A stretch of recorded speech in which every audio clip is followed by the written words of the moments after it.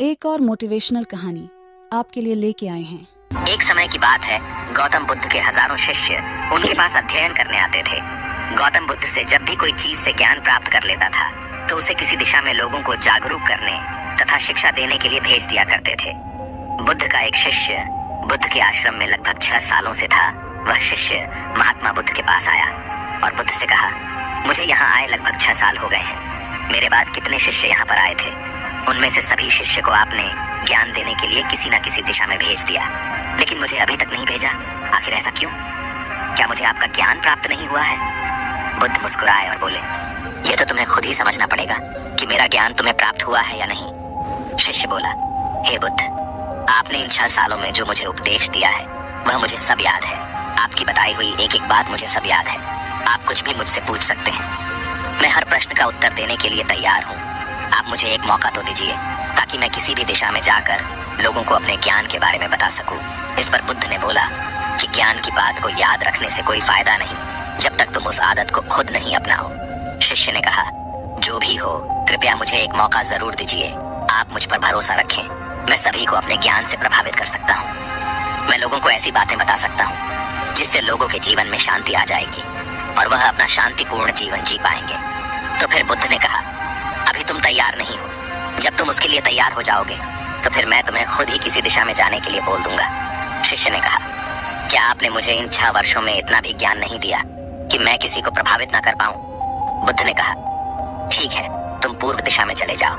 वहां एक गांव मिलेगा, वहां से भिक्षा मांग कर लाना और अपने ज्ञान से लोगों की मदद करना।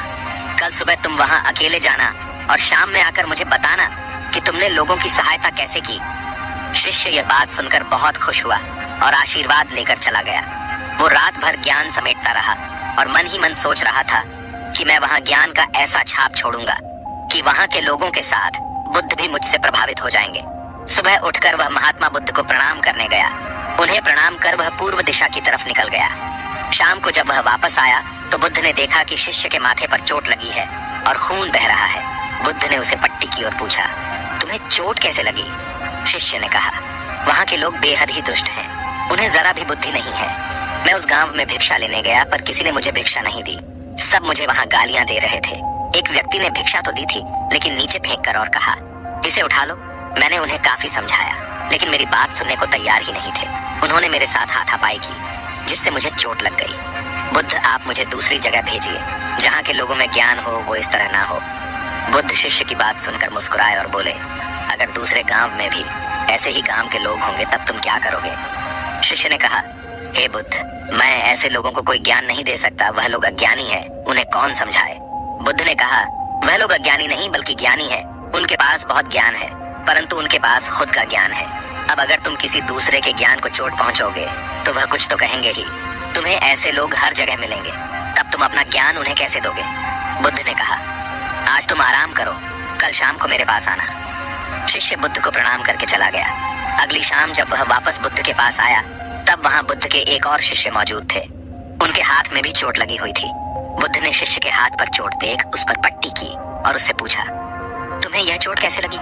शिष्य ने कहा, आपने पूर्व की ओर एक गांव में मुझे जाने के लिए कहा था तो वहीं मुझे चोट लगी। बुद्ध ने कहा, वहां तुम्हारे साथ क्या क्या हुआ, तुम मुझे बताओ। शिष्य ने कहा, वहां पर मैंने सबसे भिक्षा मांगी लेकिन किसी ने भी भिक्षा नहीं दी। एक व्यक्ति जिसने भिक्षा दी भी तो मुझे जमीन पर फेंक कर दी थी और कहा, उसे उठा लो। तो मैंने उसे उठाकर अपने झोले में रख लिया और मैंने उसे सफल होने का आशीर्वाद दिया। तब उस व्यक्ति ने मुझसे कहा, आप बड़े अजीब लगते हो, मैं आपका अपमान कर रहा हूँ और आप मुझे आशीर्वाद दे रहे हो। तो मैंने उनसे कहा कि आप दानी हो, आपने मुझे दान दिया है इसलिए मैं आपको आशीर्वाद दे रहा हूँ। फिर मैं वहां से आगे गया तो कुछ लोगों ने मुझे वहां से वापस जाने के लिए कहा। उन्होंने मुझे कुछ अपशब्द कहे और मुझ पर पत्थर भी फेंके जिससे मुझे चोट लग गई। और जब मैं वापस आ रहा था तब रास्ते में मैंने एक माँ को रोते हुए देखा। वह अपने बीमार बच्चे को लेकर चिंतित थी। मैं तुरंत जंगल से जाकर उसके लिए जड़ी बूटी लाया लेकिन वहां के कुछ लोग जड़ी बूटी देने नहीं दे रहे थे। फिर मैंने उनसे विनती की वह मुझे उस बच्चे का इलाज करने दे। उसके बाद वह जैसा कहेंगे मैं ठीक वैसा ही करूंगा। फिर जिस व्यक्ति ने मुझे भिक्षा दी थी उसने गांव वालों को समझाया। तब उन्होंने मुझे उस बच्चे को जड़ी बूटी लगाने दी। उसके कुछ देर बाद वह बच्चा ठीक हो गया। फिर गांव के जिन लोगों ने मुझसे अभद्र व्यवहार किए थे उन्होंने मुझसे माफी मांगी और धन्यवाद कहा। मैं वहां से वापस आ गया। हे बुद्ध, मेरी आपसे एक विनती है। उस गांव के लोग बहुत भोले भाले हैं। क्या मैं रोज उसी गांव में जाकर भिक्षा मांग सकता हूँ? ये सभी बातें पहला शिष्य खड़ा होकर बड़े ध्यान से सुन रहा था। उसने यह सुनते ही बुद्ध के चरणों में गिरकर कहा, हे बुद्ध, मैं समझ गया हूँ कि अभी मैं उस लायक नहीं हुआ हूँ कि मैं दूसरों को ज्ञान दे सकूं।